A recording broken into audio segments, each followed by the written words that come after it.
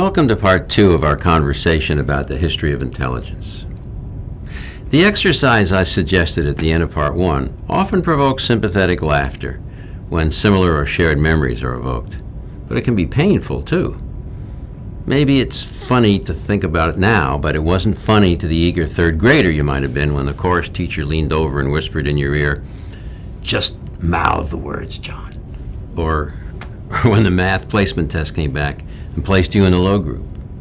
And since then, of course, you've known you really weren't good at math, or dancing, or public speaking, or mixing at parties, or whatever it was that you internalized from some subtle piece of feedback back then. Feedback that as vulnerable young people, we never questioned. We internalize these messages as fact, and in the moment, we shape our actions and perhaps attitudes towards an academic subject forevermore. Sometimes the event was a slight little look from somebody in power. Sometimes a cutting remark or a bad grade or people laughing at us. When these conclusions happen to be about your overall intellectual ability, they can devastate your effort in academic areas. They poison hopes, they limit what you'll try. In fact, they may permanently cap your possibilities in life, given the importance of education in this society and our economy. I started this little trip into each of our pasts because I wanted you to consider the possibility that some of the things that you feel inadequate or disabled at are actually areas where you stopped trying early on because you came to believe you had poor ability. And I asked you to consider the possibility that if you really wanted to be proficient at math or dancing or public speaking, you could get a good teacher, and with effective effort, not just working longer and harder, but working smarter, you could become more than competent at it. Maybe not world class at this point, but surely quite competent. Let's look at some data to support you in this belief. Data that flies in the face of the innate ability view. First is this. The correlation of G, measured intelligence, with academic grades can only be made to account for 25% of the variability in grades if you look at kids in any level of schooling. But that research includes children who have been classified as gifted and talented and children who are borderline mentally retarded.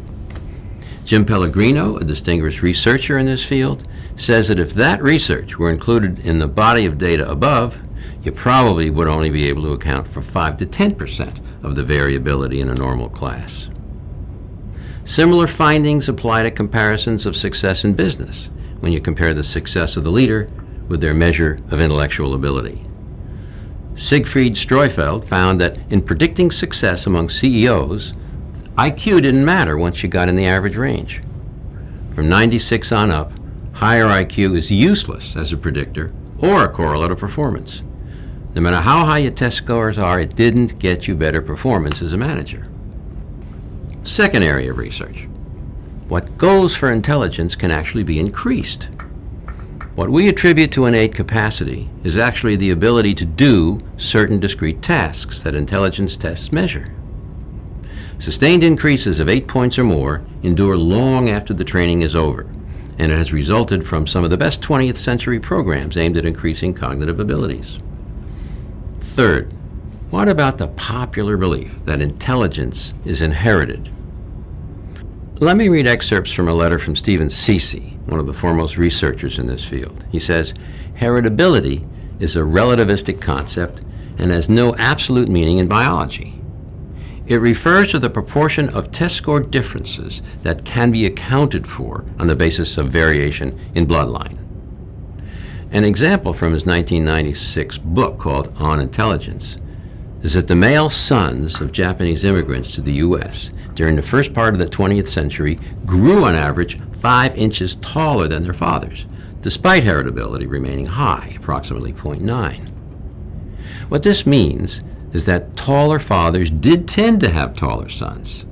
And while the influence of inheritance continues to explain the rank order of height between the generations, it is dwarfed in significance by the influence of a change in environment. The height gain between the boys in these two generations dwarfed the differences between them that could be attributed to genes. So heritability says nothing about malleability, changeability. All this renders the inheritance argument a very tricky and not very useful or practical concept, despite having some importance in research. Cece cites the famous adoption study that resulted in children's IQs going nearly 22 points higher than their biological mothers because of the environments in which they were raised. Nevertheless, the heritability estimate was quite high between the children and these biological mothers.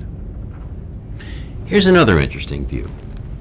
The heritability of intelligence between young children and their parents is 0.45 if you take the measurements when the children are young. But when the same studies are done on the same children grown up and compared to their parents, the heritability factor is much higher, 0.7. So first of all, this tells us that intelligence does change when measured over time. And second, as we get older, it gets closer to our parents' scores. What on earth does that mean? Well, here's one way the numbers might play out.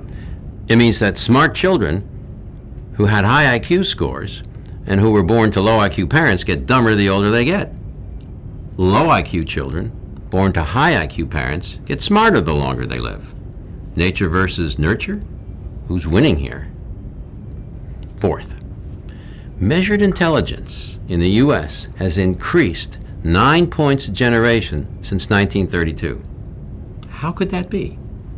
Does this mean we're actually getting smarter as a nation? Well, it turns out that the Wechsler and the Stanford-Binet tests are renormed every 10 years. That's why you don't see the scores going up. But if our grandparents were given as children the current IQ tests with current scoring guidelines, they would almost surely score in the retarded range. What accounts for this rise? Could it be that ever more people go to school for more years? And in school, one develops skills like vocabulary that intelligence tests measure? Well, whatever accounts for it, one thing is sure. What the tests measure is susceptible to external influences. And these influences have led our population to be steadily more proficient at whatever it is the tests are measuring. The characteristic that we call intelligence is not only dependent on inheritance and home background, but it is also influenced by schooling. Huson and Tujman concluded in an important study in the last decade that schools not only confer knowledge and instrumental qualifications, but also train and develop students' intellectual capacity. Their study concluded that IQ, as measured by group intelligence tests, is not stable and that it changes significantly between 10 and 20 years of age. So apparently, schooling co-varies with and produces positive changes in adult IQ. Stephen Cece, whom I mentioned before, concluded that specific skills and processes underlying intelligence test performances are also taught and learned in school.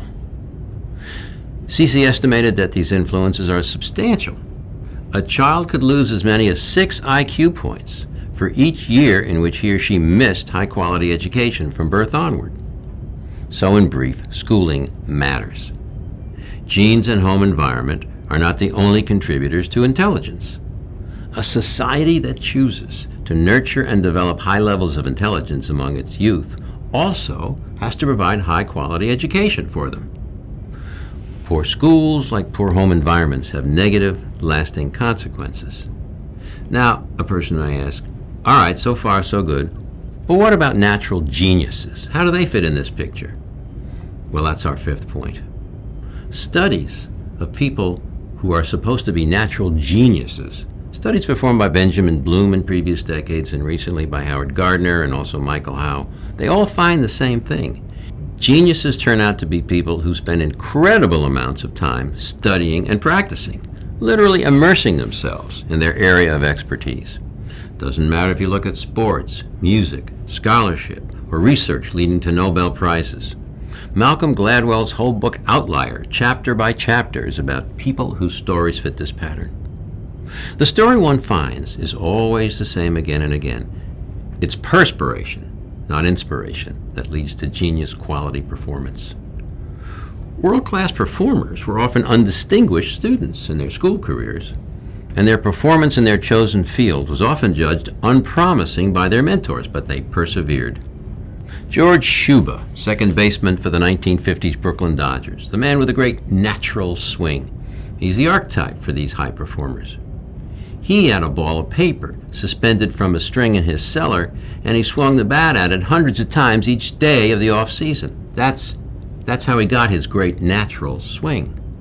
So far, we've summarized 5 sets of data which fly in the face of the innate ability argument, which is that something innate and fixed but measurable about who we are and how we were created limits and fixes our capacities as students and as people in life. Carol Dweck has made the 6th and final argument we want to summarize for you. She's shown conclusively and repeatedly that children who believe that their intelligence can be increased do significantly better in school. She calls it the incremental view of intelligence, meaning that intelligence can be increased in increments by working hard and working smart. What all this leads to is this: effective effort is far more deterministic in explaining accomplishment in academics than anything inborn. And effective effort is teachable and learnable. Yes, there are differences in children, all right? Sometimes big differences. Differences in readiness, differences in speed of learning, differences in motivation, and clearly differences in current level of academic performance. And of course, there are differences in learning style. But despite all these differences, all our children have the intellectual capacity to meet standards at proficiency. It's not deficient G matter that's holding them back. Students clearly have different aptitudes, but they all have enough to attain proficiency in literacy and numeracy at rigorous standards. Now, we get some students in our classes who are way behind, all right. They've had disadvantages in the past, and they may continue to have obstacles to learning in their futures. But there is simply no way of telling from a child's attitude, from their speech, their cleanliness, from their clothing, or their record of past performance, what they're capable of now.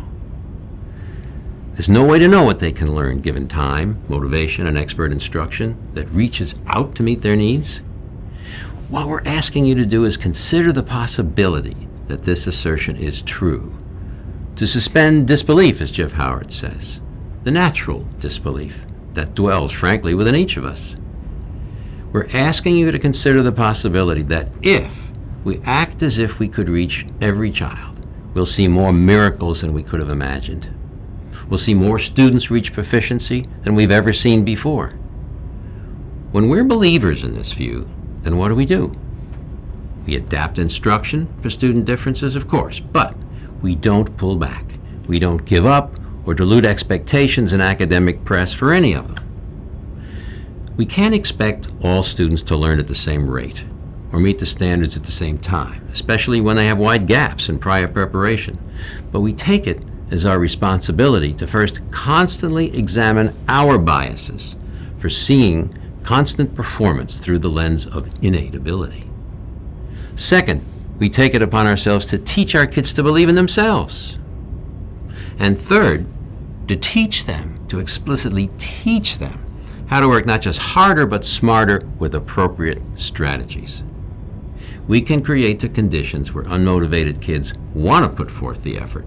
That's part of our work.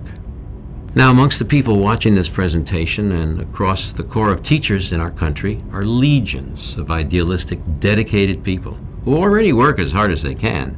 This is not a call to work harder. It's a call for us to examine how we work with our students and with each other. The payoff of incorporating effort-based ability in our work is an increased sense of efficacy for us. Catherine Devaney's study 25 years ago shows us that it isn't our status in American society that keeps us in the business, not the prestige, certainly not the money. It's what we get back from the students and what we get from each other. Increasing our sense of efficacy in what we can do for children is the payoff here for us. Just as we're saying to students, work smarter, so this concept is offering us a way to work smarter with the hard work we're already doing.